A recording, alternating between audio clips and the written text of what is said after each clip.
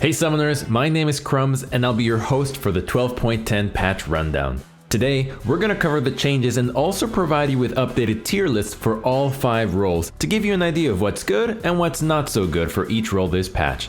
Winning starts with drafting the right champs, and this video will give you an immediate advantage over other players in your solo queue games. Make sure to subscribe because we make meta videos just like this to ensure you're always up to date on what's good and you definitely don't want to miss out. So, without further ado, let's begin the patch rundown. Before we get into the actual balance changes, let's look at the one thing that everyone can agree Riot does well: the skins. Sometimes, Riot comes out with so many new skins for a line that they literally have to break them up across 2 patches. And that's what's happened with the High Noon skins this time around. I'm pretty sure those are some of Riot's best selling skins, so it definitely makes sense. Anyways, this patch brings us round 2 of the High Noon skin line.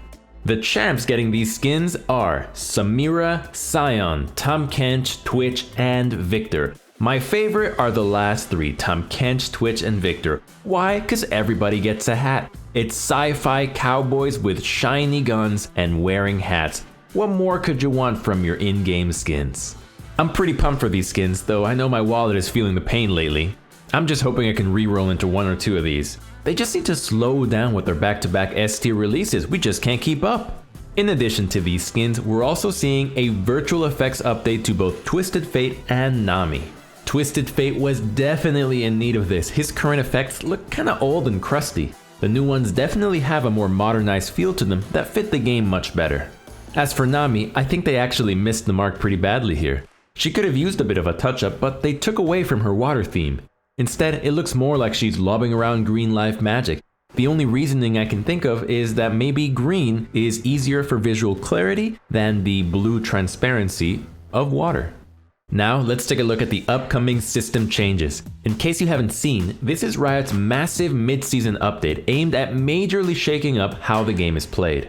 This time around, they're tackling something that probably should have been addressed 2 or 3 years ago: the ridiculous amount of damage in the game. Rather than blanket nerfing damage, they're actually increasing the durability of all champs. Here are the specific adjustments we'll be seeing. All champions are having their base health increased by 70, health per level increased by 14, armor per level increased by 1.2, and magic resistance per level increased by 0.8. Additionally, champion healing is being reduced by 10 to 28% and champion shielding is reduced by 10%. There are also several system changes being implemented to go along with what's happening with the champs. Systems with healing are being reduced by 10 to 28%, with shield systems going down by 10% as well. Baseline Grievous wounds are being nerfed from 40% down to 30%, while the enhanced versions are going from 60% down to 50%. Percent penetration items are being reduced by 5 to 10%. Turret AD at the start of the game is being increased by 10%, while late game cap on their damage is being raised by 40%. And lastly, Baron is being buffed, with his AD going from 125 plus 8 per minute up to 150 plus 10 per minute. A change this big isn't just going to change what champs or class of champs are good. It's actually going to impact how the game itself is played. Games will be less snowbally, macro will become more important, and even team fighting should require more skill now. I'm not saying a 15-0 Rengar won't one-shot you when you're a squishy AD carry, that's still gonna happen, as it should. But you shouldn't be absolutely demolished by someone that's neutral or even behind, as has been the case for the last 4 years.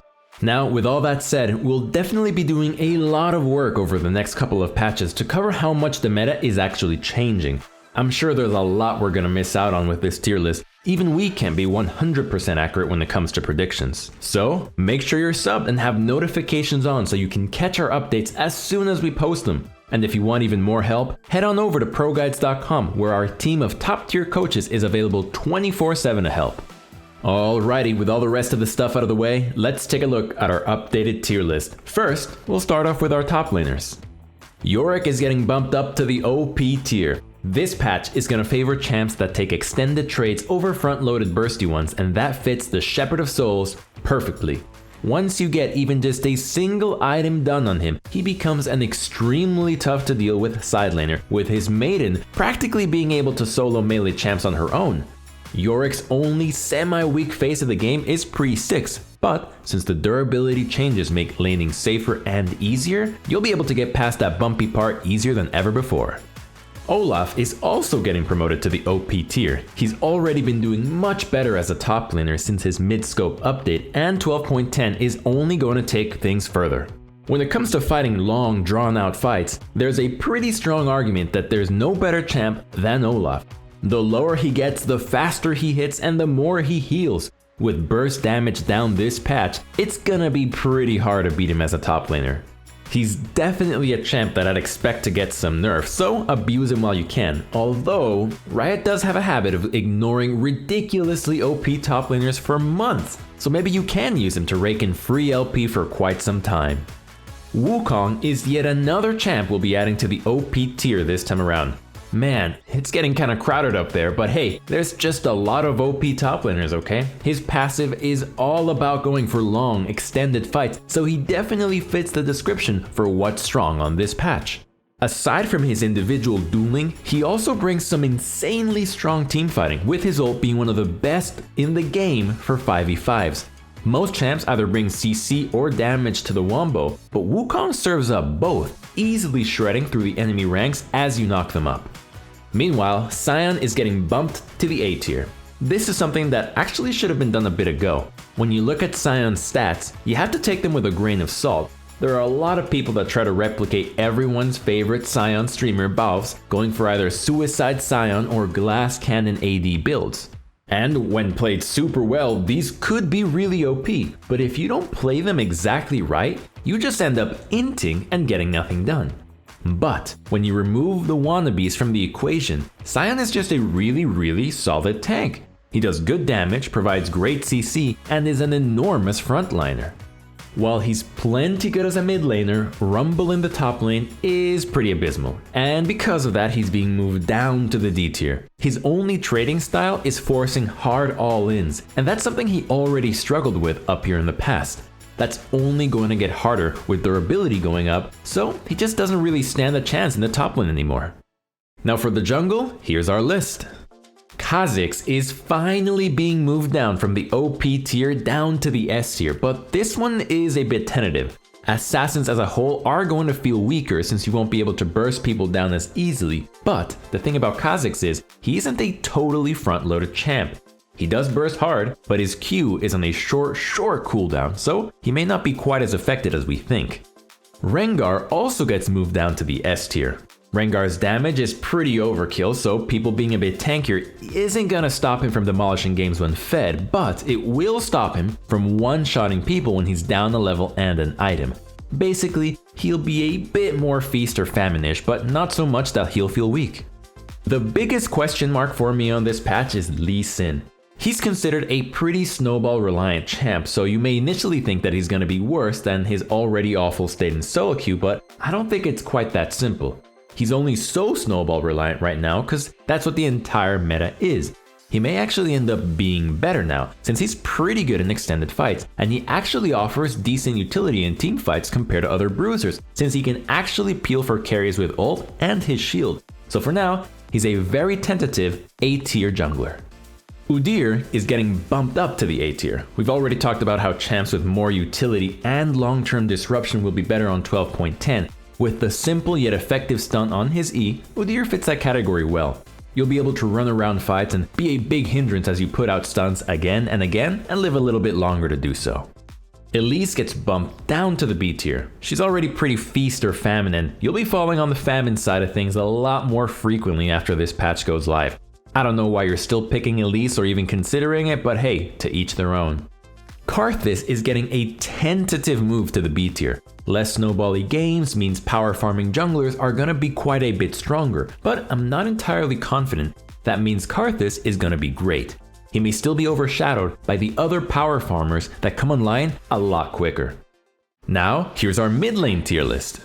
Malzahar is getting promoted to the S tier. While most people think of Malz as some super powerful lane neutralizer, he doesn't actually win very many matchups. His early game is pretty awful, you usually won't die to most foes, but you'll never have priority, which can lead to roams from your opponent. Since this patch makes things less snowbally, you won't feel as heavily punished for picking a weak early pick, and his scaling will be a lot more meaningful once you do come online. Orianna also gets bumped up to the S tier. We've talked a lot about how champs that do well in extended fights are gonna be OP, but another trait to look for is champs that can take part in wombo combos.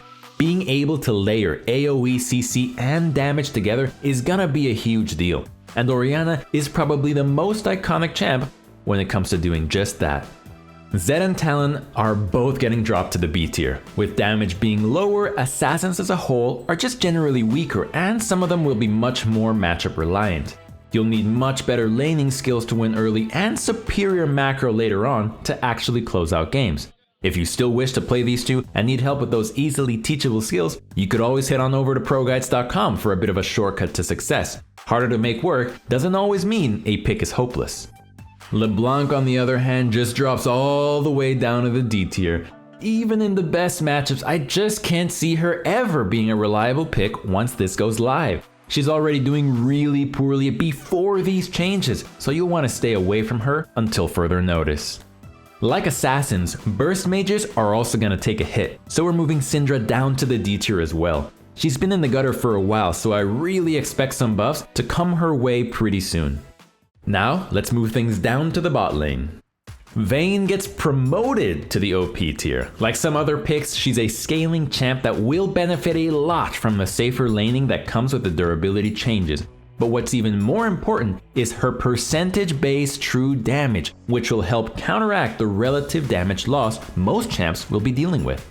Riot seems to have had a bit of an oversight on that. She's been pretty strong for a while, but this is going to push her over the top to the point that I think she'll very likely be the best AD carry in the game. Surely Riot will nerf her soon, but until then, you should probably be abusing her. Lucian and Tristana both drop down to the A tier for now. They'll still be good, but you'll find it harder to just insta-win bot lane by forcing all-ins. And when you do get a lead, you won't totally take over a game quite as often. Finishing things off, we have our supports.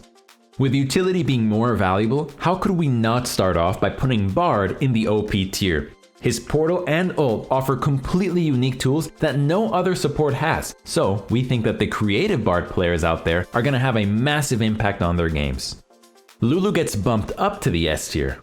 While she's never been a bad pick, lately she's been a lot more meh than most other characters. But with healing and shielding becoming a less valuable thing, the utility she offers is going to mean a whole lot more. Lastly, Thresh and Rakan are finally back to being good picks. The disruption and utility these two bring will be much more powerful on this patch, but they are both champs that tend to do a lot better in higher elo. Up there, I'd say they easily qualify as S or even OP tier picks. Since this list is gauged at around high gold to plat skill levels, we'll put them in the A tier for now. And that concludes our 12.10 patch rundown. I hope you enjoyed the video. As always, feel free to share your thoughts with me in the comments below. This is a really big patch, so we'd definitely like to know how you guys feel about it. Also, be sure to join our Discord in the description link below. Thank you for watching, good luck in your games, and may the LP gods smile down upon you.